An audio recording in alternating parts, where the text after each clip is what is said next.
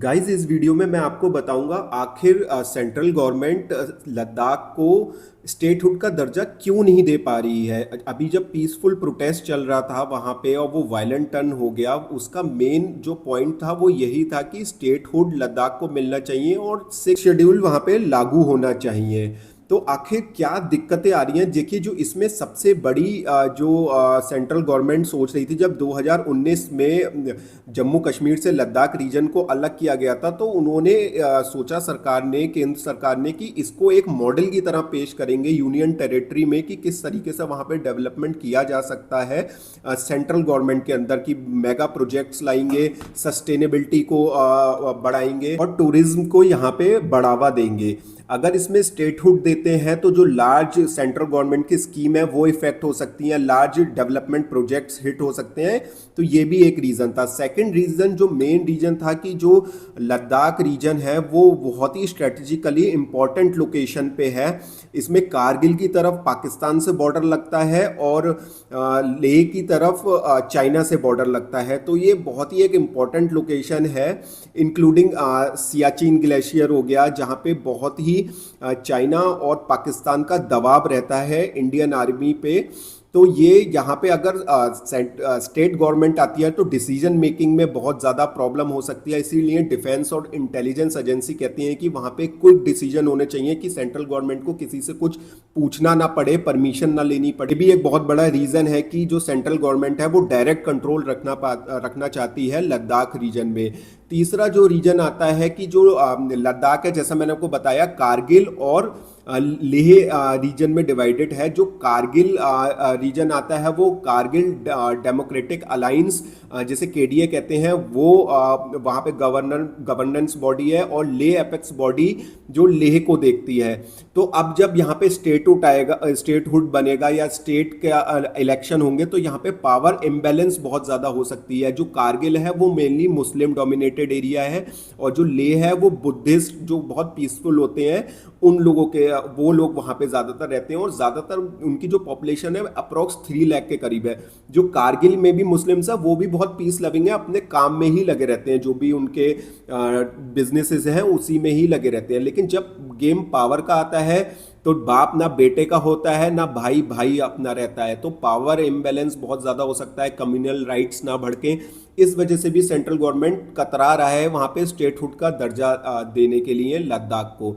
Ladakh currently has no elected legislature, introducing one required constitutional amendments, and Delhi में constitutional amendments बहुत ज़्यादा करने पड़ सकते हैं, और सेंट्रल गवर्नमेंट जो है वो अभी अवॉइड कर रही है ऐसा कोई भी अमेंडमेंट करना। अगर कुछ करती भी है तो जो अदर यूनियन टेरिटरीज हैं, जैसे दिल्ली, चंडीगढ़ या फिर त्रिपुरा, ये लोग भी आ सकते हैं पूरा राज्य का दर्जा मांगने। तो सेंट्रल गवर्नमेंट के लिए एक बहुत अजीब सी सिचुएशन अराइज हो सकती है। तो काफ़ी सारे रीज़न ऐसे हैं कि अभी तक सेंट्रल गवर्नमेंट इसको स्टेटहुड नहीं दे पाई है।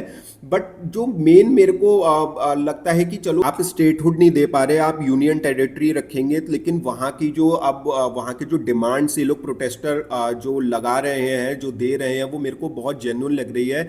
जैसे कि वहाँ के जो ट्राइबल एरियाज़ हैं उनको प्रोटेक्ट करना चाहिए, वहाँ के ग्लेशियर को प्रोटेक्ट करना चाहिए, वहाँ के जो वहाँ के रिसोर्सेज हैं उनको प्रोटेक्ट करने की बहुत ज़्यादा ज़रूरत है। और सेंट्रल गवर्नमेंट कर भी रही है। उन्होंने बोला है कि हम वहाँ के जो हिल डेवलपमेंट काउंसिल है उनको हम बहुत ज़्यादा एम्पावर कर सकते हैं, और तो पॉसिबल लेजिस्लेटिव काउंसिल और एनहांस लोकल पावर, लोकल लोगों को जो है उनको ज़्यादा थोड़ी सी पावर दी जा सकती है, जिससे लोकल समस्याएं हल हो और कॉन्स्टिट्यूशनली उनका सेफ गार्ड किया जा सके वहाँ के लोगों को, without giving full statehood to those people. तो इन चीज़ों पे सरकार काम करने को तैयार है, और उन्होंने ये भी बोला है कि वो जल्द से जल्द मीटिंग करना चाहते हैं वहाँ के लीडर्स के साथ। लेकिन अभी लद्दाख के लीडर्स ने कोई भी मीटिंग करने से मना कर दिया है, जब तक पूरी ये जो सिचुएशन है ये ठीक नहीं हो जाती।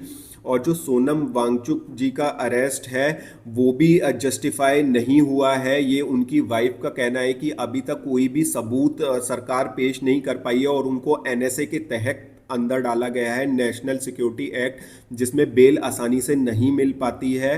तो सरकार को, मेरे को लगता है कि अभी उनको छोड़ देना चाहिए, क्योंकि जितना दिन वो जेल में रहेंगे लद्दाख के लोगों का गुस्सा और ज़्यादा ही भड़केगा, क्योंकि वो एक आइडियल की तरह देखते हैं जो लद्दाख के लोग हैं। और जो भी सरकार को इंटेलिजेंस इनपुट मिले हैं सर, जैसे कि बोला जा रहा है कि पाकिस्तान अथॉरिटीज़ के संपर्क में थे, या फिर उनका जो एनजीओ है उसमें जो फॉरेन फंडिंग आई है उसमें कुछ डिस्क्रिपेंसीज मिली हैं उनके फाइनेंशियल अकाउंट्स में, तो उसकी जांच चलती रहनी चाहिए।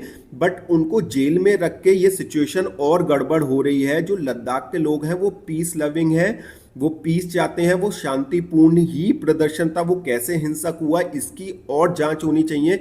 लेकिन उनके जो मेन लीडर हैं उनको जेल में डाल के किसी का भी फायदा नहीं होगा, ना सरकार का ना ही वहाँ के लोकल लोगों का।